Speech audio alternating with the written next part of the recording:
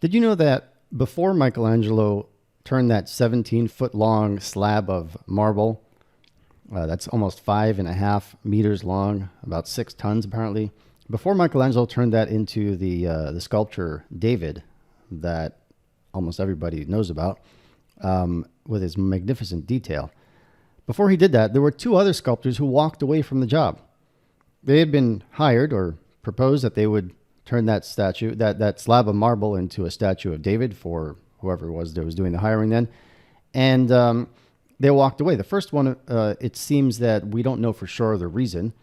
It could be, people speculate that he hadn't had enough experience with marble of that size and he perhaps was afraid to take the risk.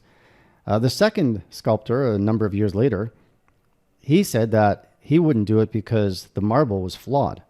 There were too many imperfections in the marble. A number of years after that, the Michelangelo was brought in, and he was probably in a situation where he had a high degree of confidence in his skills, his abilities, and yet he looked at the marble, I imagine, and he was well aware that there had been two, prominent sculptors before him who had walked away from the job and felt that they could, it couldn't be done, or they couldn't do it. That's for sure.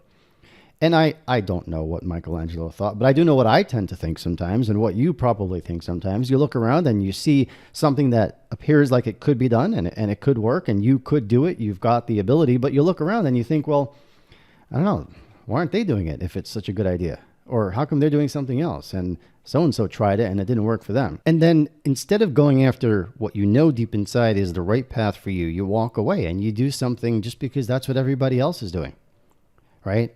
You had a high degree of confidence in your skills and your abilities and your sincere desire to contribute in whatever way you're able to, that whatever your business is about.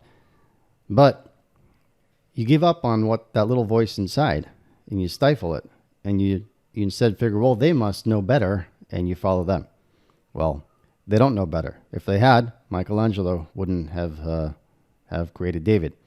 And what is it that you or I are not creating because we look around and figure they must know better? Listen to your gut. Really listen to your gut. You got to listen to your gut, bring your skills to the table, and then, of course, figure out what, how. There's always going to be some details that we need to learn. What's the vehicle for you?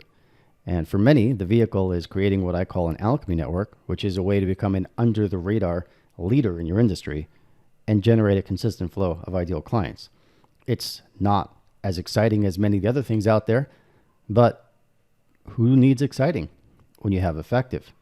Have a look at profitablelationships.com, and if it talks to you, if you feel your gut calling you and say, hey, yeah, this actually does make a lot of sense for me, then follow the instructions there and schedule a time to talk. I look forward to meeting you. Dove Gordon from profitablelationships.com.